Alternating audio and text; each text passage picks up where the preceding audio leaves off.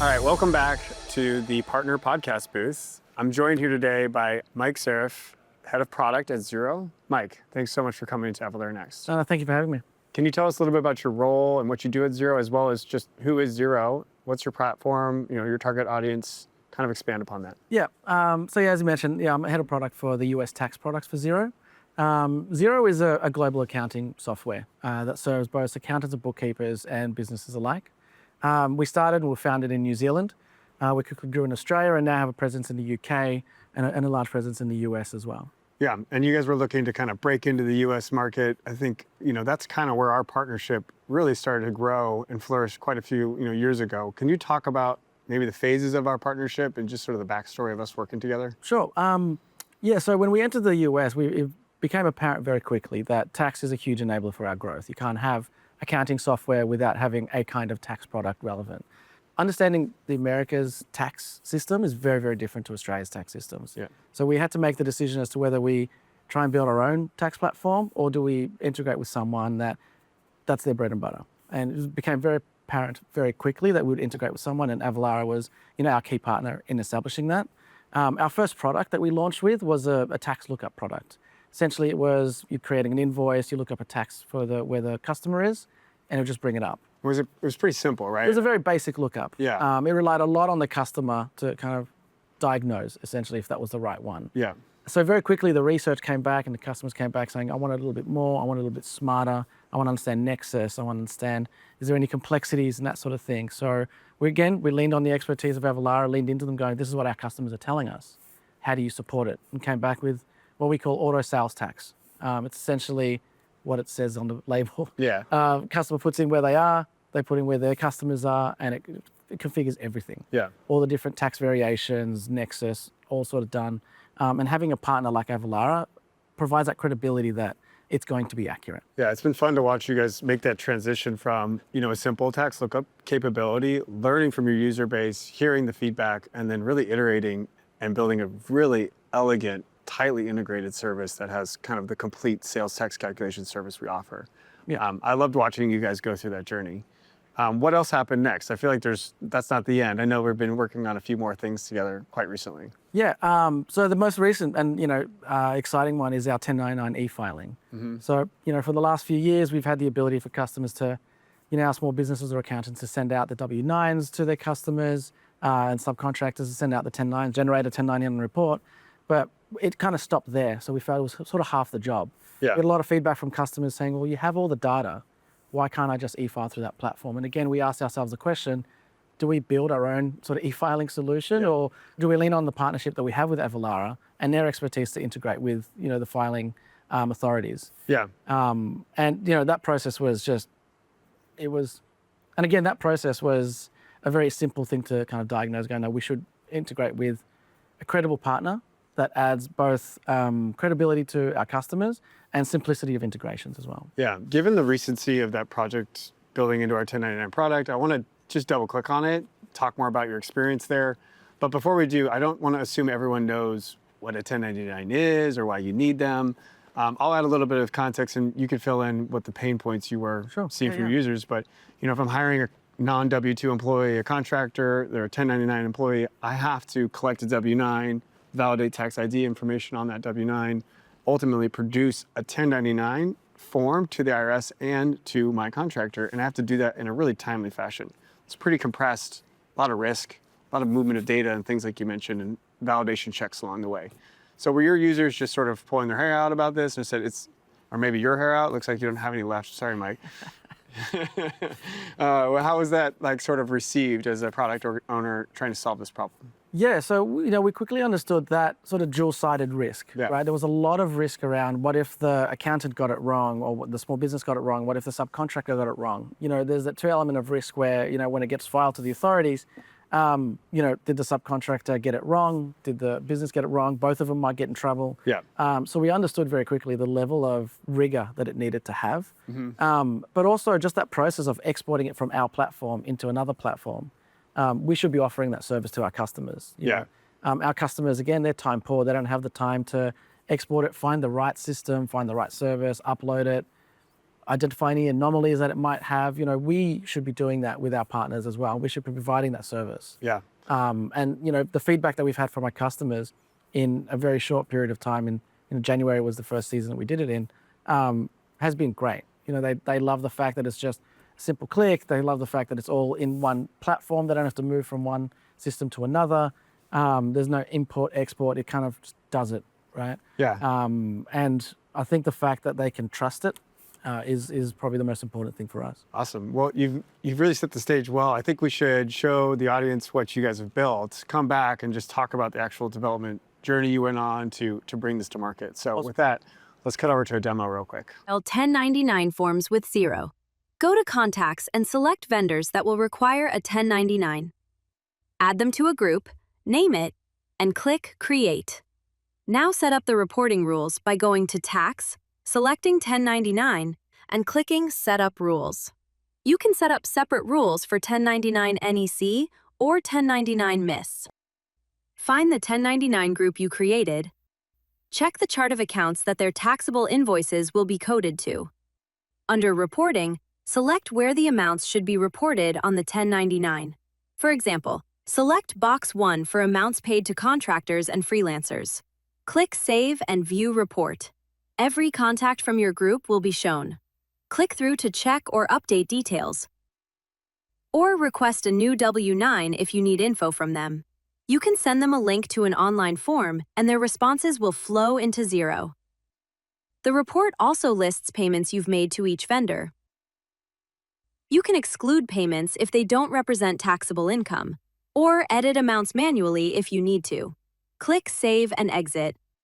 When you're ready to file, check Contacts and click E-File. You'll need to authorize our third-party provider, Avalara, to handle the submission. Double-check the forms that'll be sent, and click Confirm to file. The 1099 forms will go to the IRS and to the relevant vendors. And that's it. You've set up a vendor and filed a 1099 with Xero. All right, Mike, that was awesome to see what you were able to build and how you made that so seamless, native, and just a part of your user experience. You mentioned there was some positive feedback. We've completed our first 1099 filing season, if you will, by completing it here in January. Can you talk more about just what happened there and just sort of the overall feedback from your customer base? Yeah, we were really pleased with the uptake of the 1099, considering it was our first time doing it, considering that a lot of our customers knew that we didn't do it. So we spent a lot of the time, kind of informing and educating our customers, informing them that, we do have the partnerships now. You can file with, 1099 via Avalara. So a lot of the feedback I was like, this is great. This is really simple. And these are verbatims, like, it's so easy to use. Someone even said, I really like the error handling. I don't know how that's applied. They loved it. And all of these things that we kind of really focused on. We want to make sure that customers get it right the first time. Mm-hmm. And like you said, it's a very time compressed period of time for them to be able to do it. You have to do it from January 1 to, kind of end of January, 3rd of February. That's the only time you can do it. Yeah. So we needed to make sure that they can get it right the first time. They're not going and coming back. They're not, they get stuck and call support. So we want to make sure that they get it right the first time. And the scale and the volume is kind of massive here. I mean, I know that you've seen a lot of filings done, but just, if you back up here, how many are done in the United States in total? There's over 90 million of these forms are getting filed in January. And it's, going to grow at a pretty good clip. I think forecasted about 25% growth by, 2030. So this problem is pervasive in the industry. Not just to Xero, but a lot of platforms are trying to deal with this right now. Let's shift gears here to kind of your development experience. I know we talked about the reaction from the market. What has it been like building to this service, and how long did it take? Kind of what was your journey there, and what was the feedback from your team? Yeah, so I joined the team, I think it was around September when we were just about to kind of kick off the integration. We'd done everything on our side. And having worked with the Avalara team during that process, I can safely say it was really, really simple. And even our engineer, I can say that from here because I wasn't doing any of the integration myself. But verbatims from the team going it was really, really easy to integrate with. The documentation was great. The support was something that was really a highlight in the process. Mm-hmm. It wasn't just support at Avalara sort of email. We had weekly syncs that we can talk through problems with. We had, an active Slack channel as well. So that level of support not only helped the process, but also filled the team with confidence as well. They even, from the Avalara side, provided us with certain error handling states and certain use cases that we weren't privy to, that we may either have missed or just comes with experience and time. Yep. So, I was really pleased with the process. The team were really pleased with the process. And ultimately the customers, were the key beneficiary of that. That's great. Yeah, I think a lot of that documentation that you mentioned centers around a concept at Avalara we call certification. And I know that word sometimes is scary to a development team, and they think of, well, that's friction, or it sounds like I'm being audited or something. Yeah. But just really quickly, certification for us is, we've defined a set of use cases, product features that our partners can build to, and we've really defined what is the good benchmark you must achieve, and we try to make sure that our partners are meeting that mark through what we call our certification process, and we sort of create a badge and label your partnership and your integration as being certified for that product or for that use case. So your team has certainly achieved a certification status for sales tax calculation in the past, other capabilities that are embedded within that, as well as now 1099s. So with that, kind of monologue about certification, tell me about your team's reaction to it. Did they have this trepidation? Were they excited about it, or did they warm up to it over time? I'd say both. Okay. Initially, like you said, any word certification comes to mind, and instantly like, oh, this is going to add scope, this is going to add time. But once we really dug down into it and said, what is actually involved in it, the team were fairly confident that this is not going to add extra scope. And the reasons for that was, we virtually got given a checklist of these are the things that you need to do. We got sort of documentations that you needed to do, that you needed to kind of, oblige by. The level of support, again, was huge in terms of understanding what do we need to do here, what do we need to do there. And I don't believe it took any more than a couple of weeks to obtain that. And the team saw the benefit of it. And, from the business, we saw the benefit of it as having that Avalara badge, certified badge. It provided a sense of kind of confidence in the market as well. That not only is Xero great for accounting and bookkeeping software, they've partnered with an expert in tax, and it adds that sense of credibility and clout to the product as well. Yeah, certainly. We enjoy a lot of internal and external benefits from certification. I love being able to communicate clearly to our sellers, our marketing teams on both sides, what is this capability? Does your team meet that benchmark? And then, like you said, the partners and customers and other constituents that are running into the software, they're saying, is this going to work for me? Can I trust it? And so I think it really instills that level of trust for those that are using the product. Any other tips and tricks you give to anyone who's interested in building to that product? Did you have any lessons learned, developer feedback? Yeah, I think the lessons learned was, get involved a lot earlier in the process. I think, I'm a big advocate for sort of two things. One is, compliance by design. Mm-hmm. And, and that part of that compliance is that certification process. You don't leave it towards the end as a, sort of the tick of the box exercise.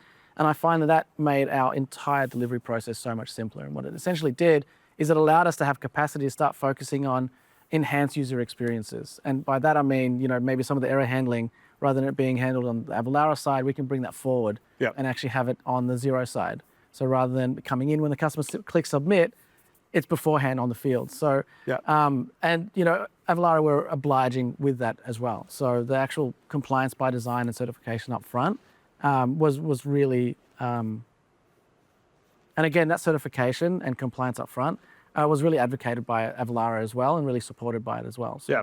Well, we've done a lot together. I just want to end with this of kind of what's next. We're building agents here. We're creating kind of an agentic tax compliance platform. We have lots of fun use cases we're looking to solve for. How are you looking at, planning with Avalara? Is there anything that's on your roadmap, or, ways in which you're sort of thinking about agentic tax and the compliance landscape as you bring it to your Xero users? Yeah, anyone that's worked in compliance understands the level of manual documentation and chasing and, document handling. And, we feel like, that is a perfect job for an agentic AI. So, pleasing to say that you're on the right, that you're on the same path, and we're on a similar path as well. So, I do see a lot of similarities in our paths, and, we're a tax product. So we're essentially going to have to lean in, again, the experts on the tax products. Yeah. Well, again, I want to thank you so much for taking the time to be here, share your experience. I'm sure others are going to benefit from just understanding, your journey you went on to be a sales tax lookup tool, compliance embedded in your product, 1099s, and just the things we get to do next. So again, thank you so much for your time. Awesome. No, thanks so much for having me. Yeah, and for anyone else out there, you want to learn more about what it looks like to build to any of these products that Mike has talked about, Visit our developer.avalara.com website. We have integration guides, API documentation, as well as our certification badges. Again, thank you all for tuning in. Thank you.